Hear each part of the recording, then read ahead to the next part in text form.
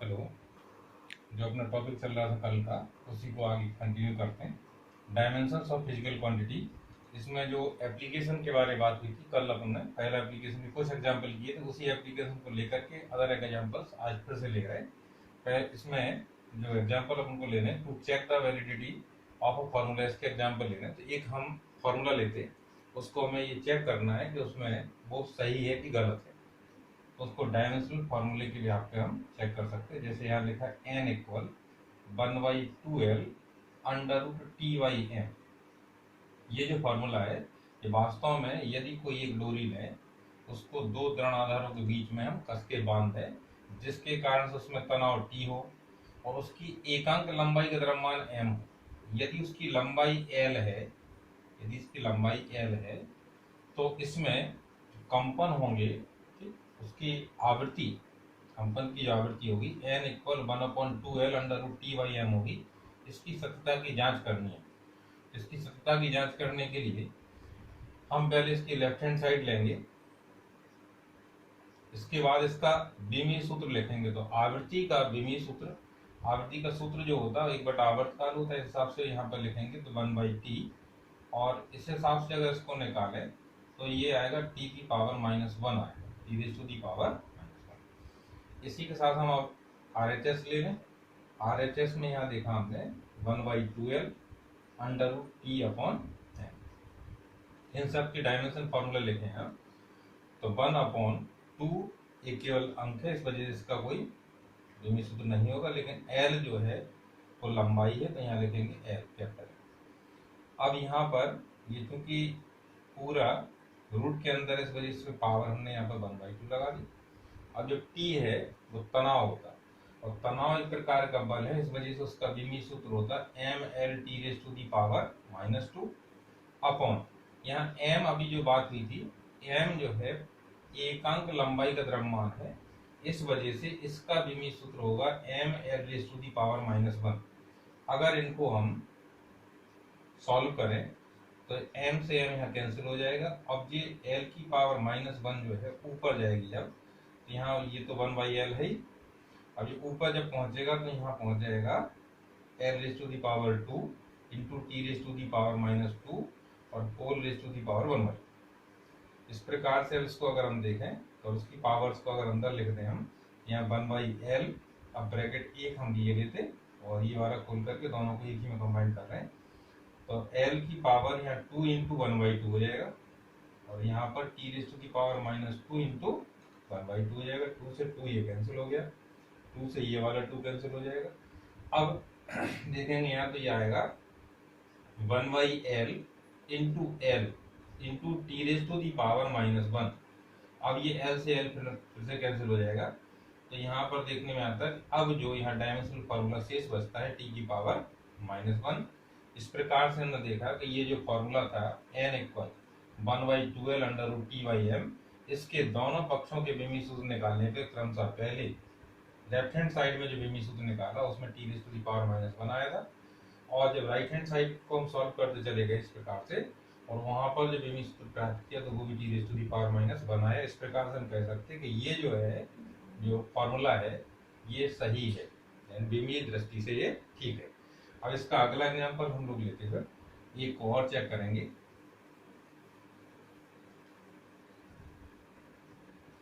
जैसे कि दिया T इक्वल 2πL/G, जहां पर L एक सरल में प्रयुक्त जो धागा है उसकी लंबाई दे दिया है, प्रभावकारी लंबाई L है, G गुरुत्वीय त्वरण है, और इसको मध्यमान स्थिति से अगर विस्थापित करके छोड़ दिया जाए तो इसका जो आवर्त काल आता है, यानी पूरे एक दोलन पूर्ण करने में लगा समय होता, T इक्वल 2π√L/G इस प्रकार से दे रखा है। अब इसको हमें चेक करना है कि ये सही है कि नहीं। तो इसके लिए हम लेफ्ट हैंड साइड पहले लेंगे, और लेफ्ट हैंड साइड को देखें तो यहाँ T है। अब यहाँ T जो दिया गया है वो टाइम पीरियड है, इस हिसाब से इसका जो डायमेंशनल फॉर्मूला होगा वो भी T आएगा। अब इसके बाद हम इसकी राइट हैंड साइड ले लें, इसको देखते हैं 2πL/G। अब 2π जो कि ये एक कांस्टेंट है यहाँ पे, तो यहाँ पर 2 और पाई इनकी कोई बीमी सूत्र नहीं होते, डायमेंशनल फॉर्मूला नहीं होता, लेकिन एल का एल होगा। और जी ग्रेविटेशनल एक्सीलरेशन है, हम जानते हैं किसी प्रकार का कोई एक्सीलरेशन हो तो उसकी एल (e⁻²। अब यहाँ पर देखें तो ये कैंसिल हो जाएगा, टी को जब ऊपर ले हैं (t⁻²) को t⁻2 आएगी यहाँ पर। इस प्रकार हमने देखा कि लेफ्ट हैंड साइड का डायमेंशनल फॉर्मूला आया था टी, और राइट हैंड साइड का डायमेंशनल फॉर्मूला आ रहा t², जो कि आपस में बराबर नहीं है। अतः हम ये कह सकते हैं कि ये समीकरण सत्य नहीं है। इस प्रकार से हम किसी भी समीकरण के लिए सत्यता की जांच कर सकते हैं, लेकिन इसमें एक बाउंडेशन हम लोगों को याद रखना है कि डायमेंशनल फॉर्मूले का जब उपयोग करें और किसी फॉर्मूले की वैलिडिटी अगर हमें चेक करनी है तो उसमें मुख्य जो स्टेप है वो यही है कि पहले उसके लेफ्ट हैंड साइड को लें, लेफ्ट हैंड साइड का डायमेंशनल फॉर्मूला हम लोग नोट करें, उसके बाद उसमें राइट हैंड साइड लें तो उसका भी डायमेंशनल फॉर्मूला डेरिवेट करके वहाँ पर निकालें फाइनल, और दोनों को चेक करें। तो यदि ये दोनों बराबर आ जाते हैं तो वो समीकरण सही है, अन्यथा वो समीकरण या फॉर्मूला दोनों गलत हो जाएगा। अब अगला वाला जो हम लोग लेते, इसका एग्जाम्पल अब लेंगे कि विभिन्न भौतिक राशियों के सिस्टम जो है, यानी उनकी पद्धतियां जो है वो कैसे हम चेंज कर सकते हैं, यानी एक पद्धति से दूसरी पद्धति में मान प्राप्त करना। इसका एक एग्जाम्पल हम पहले लेते, जैसे कहा गया कि 1 न्यूटन इज इक्वल कितने,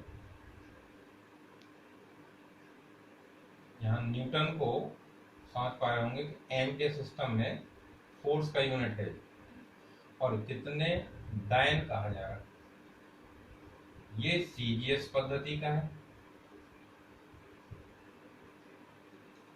जबकि ये एमकेएस पद्धति का है। यानी चेंज करना है हमें, एक फिजिकल क्वांटिटी है हमारे पास फोर्स, और फोर्स में एक सिस्टम में उसकी न्यूमेरिक वैल्यू है 1, और दूसरे सिस्टम में उसकी न्यूमेरिक वैल्यू हमें फाइंड आउट करनी है। ये ऐसा क्वेश्चन है, तो हम लोग पहले से पढ़ रखे हैं कि n1u1 इज इक्वल n2u2 होता है।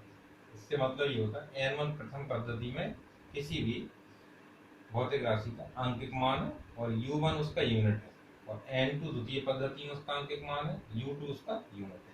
इसी आधार पर देखें, जब यूनिट यहाँ पर लिखे जाएंगे तो उनके डायमेंशनल फॉर्मूले इनकी जगह पर उपयोग किए जा सकते हैं।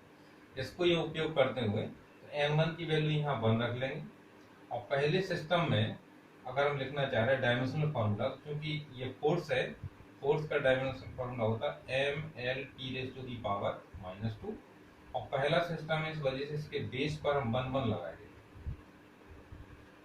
और यहाँ पर ये n2 हमें फाइंड आउट करनी, इसको निकालना है n2 की वैल्यू कितनी होगी। और दूसरे सिस्टम में क्योंकि है तो वो फोर्स ही, इस वजह से डायमेंशनल फॉर्मूला तो mLT⁻² ही होगा, लेकिन दूसरा सिस्टम है, इस वजह से इसके बेस पर हम 2 लगाएंगे। आप देखेंगे अगर हम n2 निकालना चाह रहे हैं तो यहाँ आएगा 1, और ये पूरा ब्रैकेट जो है डायमेंशनल फॉर्मूला सेकंड जो सिस्टम वाला है उसको इसके नीचे ले आएंगे, तो यहाँ और सेपरेट करके लिखे देते m1/n2। m1 ये था, m2 यहाँ नीचे है, पावर यहाँ 1 थी, यहाँ भी 1 थी, तो टोटल पावर इसके ऊपर भी 1 ही है। और जबकि अगले वाले को देखें L1/L2, इसमें भी पावर यहाँ 1 थी, यहाँ भी 1 है, तो इसकी पावर 1 रहेगी। और यहाँ पर T1/T2, टोटल जो पावर थी इस पर देखिए -2 यहाँ थी, -2 यहाँ थी, तो यहाँ पर हम ऊपर लगा देते -2। अब हम इनको क्रम से, पहला सिस्टम जो है उसमें मास का जो यूनिट होता है वो केजी होता है, तो यहाँ पर हम नोट कर देंगे केजी। दूसरे सिस्टम में जो मास का यूनिट होता है वो ग्राम है, ग्राम। अब पहले सिस्टम में लेंथ के लिए यूनिट होता है वो मीटर, दूसरे सिस्टम में लेंथ के लिए यूनिट जो होता है वो सेंटीमीटर। पहले वाले सिस्टम में यानी एमके सिस्टम में टाइम के लिए यूनिट लिया जाता है वो सेकेंड, और दूसरे वाले सिस्टम में भी टाइम के लिए यूनिट जो ली गई वो सेकेंड। इस वजह से इसकी पावर -2 लगा, सेकेंड से यहाँ सेकेंड कैंसिल हो रहा, यानी ये वाला पद भी यहाँ से हट जाएगा। अब इसको और आगे n2 की वैल्यू निकालने के लिए हम क्या करेंगे कि जो बड़ा यूनिट है और ये छोटा यूनिट है, तो क्योंकि एक ही फिजिकल क्वांटिटी के लिए है, यानी मास के लिए है, तो अब 1 kg में कितने ग्राम होते इसको यहाँ पे नोट कर देंगे। तो यहाँ 1 इंटू आएगा 1000 ग्राम, डिवाइड बाई नीचे ग्राम। ऐसे ही अगला दिया तो 100 सेंटीमीटर बाई सेंटीमीटर। अब यहाँ सेंटीमीटर सेंटीमीटर कैंसिल हो जाएगा, ग्राम से ग्राम कैंसिल हो जाएगा। अब इसको अगर हम देखें या 10 की पावर के रूप में अगर इसको लिख दिया जाए तो 1 इंटू 10⁻³ ये हो जाएगा, और 10⁻100 को लिखें इसी में 10⁻² यहाँ आ जाएगा। अब इनको आपस में अगर मल्टीप्लाई करेंगे तो पावर सेट हो जाएगी, और यहाँ 10⁵ आएगा।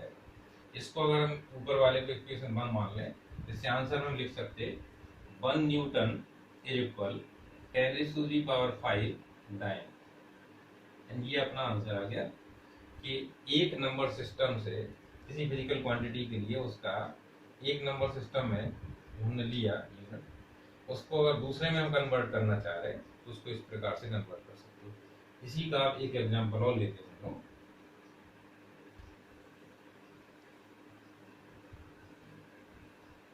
ये ज्यादा पूछे जाते जो ऑब्जेक्टिव क्वेश्चंस में ही पूछे जाएगा, कई बार डिस्क्रिप्टिव में ही आया।